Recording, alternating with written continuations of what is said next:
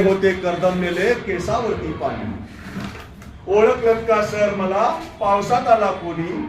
कपडे होते करदमलेले केसावरती पाणी.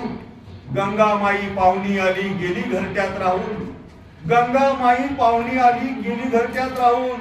शंभर बसला नंतर हसला बोलला वरती पाहून.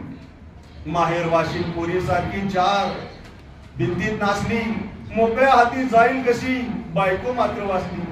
माहेर वाशिम पुरी सारखी चार भिंतीत नाचली. मोकळ्या हातीत जाईल कशी बायको मात्र वाचली. भिंत कसली चूल विजली होती नव्हती गेली. प्रसाद म्हणून पापण्यांवरती पाणी थोडी ठेवली.